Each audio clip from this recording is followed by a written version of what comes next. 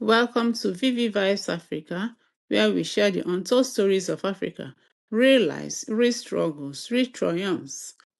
From the laughter of our children to the wisdom of our elders, every story carries a heartbeat. This is Africa. Through its people, its journeys, and its truths, let's get in. Obi's fig. Obi had always dreamed of England. As a teenager in Enugu, she would watch the BBC World News at her uncle's shop and imagine herself walking down the neat streets of London, maybe in a bright coat, carrying books, sipping coffee, speaking with an accent that carried respect. Her cousins used to laugh at her. "Obi, you want to go and become Oyibo?" They would tease, but she didn't mind. So when, years later, she finally got her Tier 4 visa for a master's degree in Birmingham, it felt like her life was taking the shape of those long-held dreams. The ticket itself had been bought after frantic months of savings, borrowed money, and prayers. Her mother wept with joy the morning she left, pressing a bottle of anointing oil into her hand and whispering, "Remember who you are, Nan. The land is different there, but don't forget you are my daughter." At Heathrow, the cold hit her like a slap. It was September, the beginning of autumn. She had expected chilliness, but not this damp, wet wind that sneaked into her bones. She wrapped her Ankara shawl tighter and clutched her handbag. All around, people hurried with their luggage, coats swishing, their faces unreadable. Her first culture shock had happened within minutes. A woman had smiled at her while she struggled with her suitcase onto the train platform. In Nigeria, that kind of smile often meant familiarity. Someone was about to talk to you, maybe ask a question. Obi smiled back and opened her mouth, but the woman simply turned away and continued scrolling on her phone. The smile, it seemed, had meant nothing more than politeness. That was the beginning of Obi's education in the subtleties of British life. She settled into a shared house near her university. The landlord, Mr. Patel, was kind but brisk.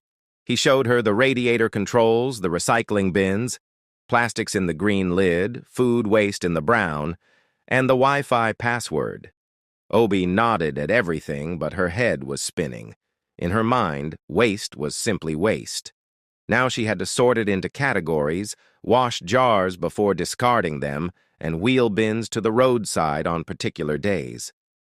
Her flatmates were a quiet mix. 2 Polish nurses, 1 Ghanaian PhD student, and a British man who worked at an IT company. Everyone kept mostly to themselves. In the evenings, the house was filled with the faint smell of different cuisines: garlic, curry, fried plantain. Obi missed the noisy compound life of home where neighbors barged in to borrow salt or sit gossiping on plastic chairs. Here, silence reigned. She tried to adjust. She bought a puffy winter coat from Primark, began adding please and cheers to her vocabulary, and forced herself to eat sandwiches, even though she longed for hot rice at every meal. At the university, she noticed how students called lecturers by their first names. The first time she said, "Excuse me, sir," to Professor Williams, he chuckled and said, "Just call me David." It unsettled her. Respect was meant to have titles. But she nodded. "Okay, David." Still, despite the strangeness, Obi was determined to blend in. The fig incident happened on a crisp October afternoon. She had been walking home from the library, her backpack heavy with books on migration studies. The streets in her neighborhood were lined with semi-detached houses, small gardens out front. Some of the gardens had apple trees, some had roses, and one, she noticed, had a strange green-leaved tree with plump purple fruits hanging low. She stopped, curious. The fruits looked soft, almost bursting. She reached out and touched one. It came away in her hand with surprising ease. She sniffed it, sweet, honey-like. Obi remembered hearing about figs in the Bible, but she had never seen one fresh. In Nigeria, fruits were abundant, but figs had never crossed her path. Her stomach grumbled. She hadn't eaten since morning, and curiosity overcame hesitation. She bit into the fruit. The taste exploded in her mouth. Syrupy, grainy, rich. She closed her eyes, savoring it. That was when the voice came. "Excuse me, what do you think you're doing?" Obi turned, startled. A woman in a fleece jacket stood at the doorway of the house, arms folded. She was white with short blonde hair and a stern look. "Oh, hello," Obi said, wiping juice from her lips. "I just tasted one fruit. It's very nice." The woman's face hardened. "That's private property. You can't just take fruit from someone's garden." Obi blinked, confused. "It was hanging outside. I thought it was okay." "It doesn't matter," the woman snapped. "You've stolen from my garden. That's theft." The word hit Obi like a stone, theft. In her mind, fruit trees were often communal. In Enugu, if a mango branch stretched over the fence, anyone passing could pluck. It wasn't theft, it was nature's generosity. She tried to explain, but the woman was already pulling out her phone. Within 10 minutes, a police car pulled up. At the station, Obi sat in a small interview room, hands clasped tightly. The officers were polite but firm. They asked for her name, her visa details, her address. "So you admit you took the fig?" one officer said. "Yes," Obi replied, her voice trembling. "But I didn't know it was wrong. In my country, if fruit is on the street side, anyone can take." The officers exchanged looks. One sighed. "Different cultures, eh? But here in the UK, you need permission. Otherwise, it counts as theft. Do you understand?" "Yes," Obi whispered. They let her off with a warning, recording her details, but not pressing charges. Still, the humiliation burned. She walked home that evening with heavy steps, cheeks hot. Her flatmates asked no questions when she slipped inside, but she avoided their eyes anyway. Lying in bed, she replayed the scene again and again. The taste of the fig, the woman's fury, the cold police station. It seemed absurd that something as small as fruit could land her in trouble with the law. But it was also a lesson. Blending into the UK system meant unlearning assumptions she didn't even know she carried. The next weeks were an effort of watchfulness. Obi observed everything more carefully, how people queued at the bus stop in strict order, how neighbors barely greeted one another, how even children said sorry if they brushed past. She began to imitate these patterns, practicing restraint where at home she would have been casual. She joined a student society for international postgraduates. There, she met people who laughed at her fig story, but in a gentle way. A Pakistani student said, "Ah, same thing happened to my cousin with apples. They don't joke with property here." An Italian girl added, "In my village, figs grow wild and everyone eats them. But in the UK, if it's in a garden, it's someone's treasure." Hearing that made Obi feel less alone. The fig incident, embarrassing as it was, became a kind of initiation. She realized that culture shock wasn't one dramatic moment. It was a series of small stumbles, each teaching her where the invisible lines were drawn. Yet part of her still longed for the freedom of home, where fruit trees gave generously to anyone, where neighbors were not strangers. She wondered if she would ever fully belong in this cold, rule-bound land. But she also remembered her mother's words. "The land is different there, but don't forget you are my daughter." So Obi pressed on, balancing her identity with the demands of her new world, learning slowly how to stand on both feet. And every time she walked past that house with the fig tree, she looked away quickly, her mouth dry with the memory of sweetness and shame. Part 2. Finding her place. The memory of the fig clung to Obi like a stubborn stain. Every time she saw the house with its neat front garden and the overhanging branches, her stomach clenched. She avoided that side of the street whenever she could, taking the longer route past the row of shops instead. The embarrassment of sitting in the police station, explaining through trembling lips that she hadn't meant to steal, had lodged itself deep in her chest. But life in the UK, she quickly learned, did not pause for personal shame. Assignments loomed, bills needed paying, and winter crept closer with its gray skies and early nights. A cold land. The first time Obi saw frost glittering on the grass outside her window, she gasped. She pressed her fingers against the cold pane and whispered, "Chiniki." The world looked powdered with sugar. beautiful and alien. But stepping outside was another matter. Her nose burned, her ears stung, and she cursed herself for thinking the Primark coat was enough. She called her mother later that evening, shivering under her duvet. "Mummy, the cold here is wicked. Even inside, it's like I'm sitting in a freezer." Her mother chuckled. "Nay, I told you. Did you take your ginger tea?" "Yes," Obi muttered. "But it is not the same. Even my bones are cold." "You will get used to it," her mother said. "Do not worry. Just remember to rub anointing oil and cover yourself well." It was easier said than done. At the library, she noticed British students wearing thin jackets and no hats, laughing in the icy air. She wrapped herself in 2 scarves and still felt frozen. The difference, she told herself, was blood. Her body was made for the sun. Neighbors. One Saturday morning, Obi decided she needed to do something about her neighborhood reputation. She had barely spoken to anyone since the fig incident. Each time she passed a neighbor, she offered a smile, but most responded with a nod at best, sometimes nothing. In Enugu, neighbors were practically family. Here, they were strangers living wall to wall. Determined, she baked meat pies. The recipe came from her auntie's kitchen, though she had to improvise with the ingredients: short crust pastry from Tesco instead of hand-rolled dough, minced beef instead of goat meat. By the time she finished, the kitchen was warm and fragrant. Her heart lifted with pride. She placed 6 pies in a container and walked to the nearest neighbor, a middle-aged woman with a tiny dog that barked incessantly. Obi rang the bell. The woman opened the door, frowning. "Yes." "Hello?" Obi said brightly. "I live next door.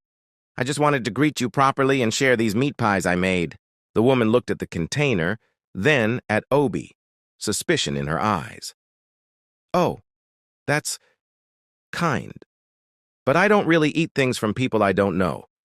Allergies, you see." Obi's smile faltered. "Oh, I understand." "Thanks anyway." The door clicked shut. Heart sinking, Obi stood there for a moment, the dog still yapping inside. She walked back to her own door and put the container on the kitchen counter. Later, she gave the pies to her Ghanaian flatmate, Kofi, who grinned and said, "Hey, these are good, Charlie. Forget the Oyibo woman. She doesn't know what she's missing." Still, the rejection stung. Obi had thought generosity crossed cultures. Apparently not. Food fumbles. Her struggles with food became another quiet battle. At Tesco, she wandered the aisles in confusion. What was clotted cream? Why did every bread taste sweet, almost like cake? She missed the earthiness of yam, the tang of real palm oil. She discovered a small Afro-Caribbean shop after weeks of searching. The first time she stepped inside, she almost wept at the sight of gari egusi and smoked fish stacked on shelves. The owner, a stout Jamaican woman named Marcia, smiled warmly. "First time here, love? You're in the right place. We keep all the good things." From then on, Obi made regular pilgrimages, filling her bag with plantains and crayfish. Cooking jollof rice in the shared kitchen brought comfort, even if her British housemate wrinkled his nose at the aroma. "Smells strong," he said once. "It is delicious," Obi shot back, a little sharper than intended. Food was identity, and she clung to it fiercely. But she also tried the British staples: beans on toast, shepherd's pie, fish, and chips. Some she tolerated, some she hated. Yet she forced herself to eat, telling herself this was part of blending in. The accent problem. If food was difficult, accents were worse. In class, Obi often struggled to follow rapid discussions. Her classmates spoke in a blur of clipped syllables, local slang, and casual references she didn't understand. Once, during a seminar, a Scottish student made a joke. Everyone laughed except Obi. She hadn't even caught the words. Later, she asked timidly, "Please, what did you say?" The student repeated it slowly, smiling, but the moment had passed. Obi forced a laugh, cheeks burning. Worse still, her own accent marked her out. She noticed people leaning closer when she spoke, frowning slightly as if translating. At a coffee shop, she asked for water, pronouncing it with the flat Nigerian T. The barista blinked. Sorry? Water, Obi repeated. Ah, woata, the barista exclaimed, scribbling on the cup. Obi flushed. Was her English not English enough? She had studied it all her life, yet here it felt like another language entirely. She practiced at home, exaggerating the soft T, the swallowed vowels. Woata, she whispered to herself in the mirror. It felt unnatural, but she wanted to be understood. A misstep at the bus stop. One rainy morning, Obi made another cultural mistake. She had been waiting at the bus stop, umbrella dripping, when the bus finally arrived. In Nigeria, entering a bus was a competitive sport. Whoever reached first got the seat. So Obi stepped quickly ahead of the queue, eager to escape the rain. Oi, there's a queue! Someone shouted. Obi turned, startled. A line of people glared at her, tight-lipped. Her heart dropped. She hadn't noticed the order. A misstep at the bus stop continued. The shame was crushing. Obi could feel the heat rising to her cheeks, despite the drizzle that trickled down her face. She shuffled to the back of the line, clutching her umbrella as if it could shield her from the glares. The bus doors hissed open, and one by one the passengers filed in, each stepping deliberately, orderly, almost ceremoniously. By the time Obi climbed aboard, there were only a few seats left. She slid into one near the back, pulled her hood up, and bit her lip until the sting in her eyes subsided. Back home, pushing forward had never been considered rude. It was survival. But here, patience and order seemed to be the true currency of respect. When she recounted the story to Kofi that evening, he laughed so hard he nearly dropped his fork. Oh, Obi, you have to learn. British people will forgive you for almost anything, except cutting a queue. That one is like a mortal sin. Obi managed a weak smile. I'm tired of always making mistakes. Every small thing is a problem. Kofi patted her shoulder. It's part of the journey. Don't worry, you'll get the hang of it. Small victories. Determined to redeem herself, Obi began observing people with almost scientific precision. She noted how strangers never sat directly beside each other on the bus if there were empty double seats. She learned that, "You all right?" wasn't a genuine inquiry about health, but simply another way of saying hello. She memorized the rhythm of thank yous at shops, at bus doors, even to strangers holding open a door for half a second. Slowly, these small adjustments began to pay off. The cashier at the local Tesco started greeting her with a friendly nod. A lecturer complimented her essay for its insight on post-colonial theory. She even struck up a tentative friendship with a fellow Nigerian student, Amara, who was doing an MBA. With Amara, she could relax. They slipped into Igbo when gossiping, laughed about the blandness of British stew, and shared memories of bustling markets. Once, after a particularly long lecture, Amara turned to her and said, "Sometimes I feel like a ghost here, invisible. Do you feel it too?" Obi nodded. Yes, like we are here but not fully part of things. It was a comfort to know she wasn't alone in that feeling. The library encounter. One evening at the university library, Obi had another brush with cultural difference. But this time, it turned into a lesson she valued. She had been studying for hours, her table piled high with books. A tall British student approached and said politely, "Excuse me, are you done with that chair? With that?" In Nigeria, the natural response would be to guard the chair until you were absolutely finished with it. Resources were scarce and sharing wasn't assumed. But Obi remembered her vow to adapt. She smiled and said, "Yes, please, you can take it." The student beamed. "Thanks, that's really kind." Later, as Obi packed up, he caught her eye and said, "By the way, I liked your point in seminar the other day about migration patterns. I'd love to hear more sometime." For the first time since arriving, Obi felt a spark of genuine connection. A tiny step, but one that made her chest swell with hope. The church community. Another turning point came when she discovered a Nigerian-led church in Birmingham. The first Sunday she attended, the service hall rang with familiar hymns sung in Igbo and Yoruba. Women wore colorful wrappers. Children darted around noisily, and the pastor's booming prayers reminded her of home. Obi felt tears prick her eyes as she joined in singing Onye Nwe Anyi Ekele. For 2 hours, she was back in Enugu, surrounded by warmth and belonging. After the service, she was welcomed with open arms. Aunties pressed plates of jollof rice into her hands, uncles asked about her studies, and one woman even offered to braid her hair. "This place is our little Nigeria," Amara whispered beside her, grinning.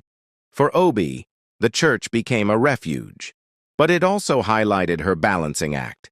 She wanted to integrate into British society, yet she needed the cushion of familiarity to survive. It was a dance between two worlds, each demanding something different from her. Another slip. Despite her progress, mistakes still happened. One Friday evening, she was invited by classmates to a pub. She hesitated. She wasn't a drinker, but decided it was a chance to blend in. At the pub, everyone ordered pints of beer. When it was Obi's turn, she said shyly, "Just water, please." The barman raised an eyebrow. Her classmates chuckled. "Come on, Obi, at least have a cider." Not wanting to offend, she agreed. The drink was sweet, fizzy, deceptively harmless. She sipped slowly, but the glass seemed bottomless. By the end of the night, her head spun and her words slurred. The next morning, she woke with a pounding headache and a sense of shame. She hadn't disgraced herself, but she felt she had betrayed her own boundaries just to fit in. It was a sobering lesson. Blending in did not mean losing herself. A growing confidence. Winter deepened. Snow fell for the first time in December, blanketing the streets in white. Obi bundled herself in layers and trudged to class, learning to laugh at the awkwardness of slipping on ice. She grew bolder in seminars, raising her hand to share insights drawn from Nigeria's migration history. Her lecturers praised her contributions, and even British classmates began to nod in agreement. One day, after a particularly animated discussion, the Scottish student who once baffled her said, "You know, Obi, you've got a unique perspective. I never thought about it that way." Obi smiled, warmth blooming inside her. Maybe she did belong here after all, not by erasing her background, but by bringing it into the conversation. The fig revisited. By the time spring approached, the shame of the fig incident had dulled, though it still lurked at the edges of memory. One afternoon, as she walked home, she noticed the same fig tree budding with fresh leaves. The house looked quiet, curtains drawn. Obi stopped, heart racing. She wasn't going to touch the fruit again. Not ever. But she stood there for a long moment, remembering the sweet taste that had started her rocky initiation into British life. She whispered to herself, "Never again." Then she laughed softly. It was strange. What once felt like a wound now felt like a story, a marker of how far she had come. She was still learning, still stumbling, but also standing taller with each lesson. Closing of Part 2. By the end of her first year, Obi had found a fragile rhythm. She navigated the cues without error, softened her accent just enough to be understood, and discovered havens of belonging in church and among a few close friends. Part 3. Belonging. Spring had finally arrived. The streets of Birmingham were alive with a tentative warmth.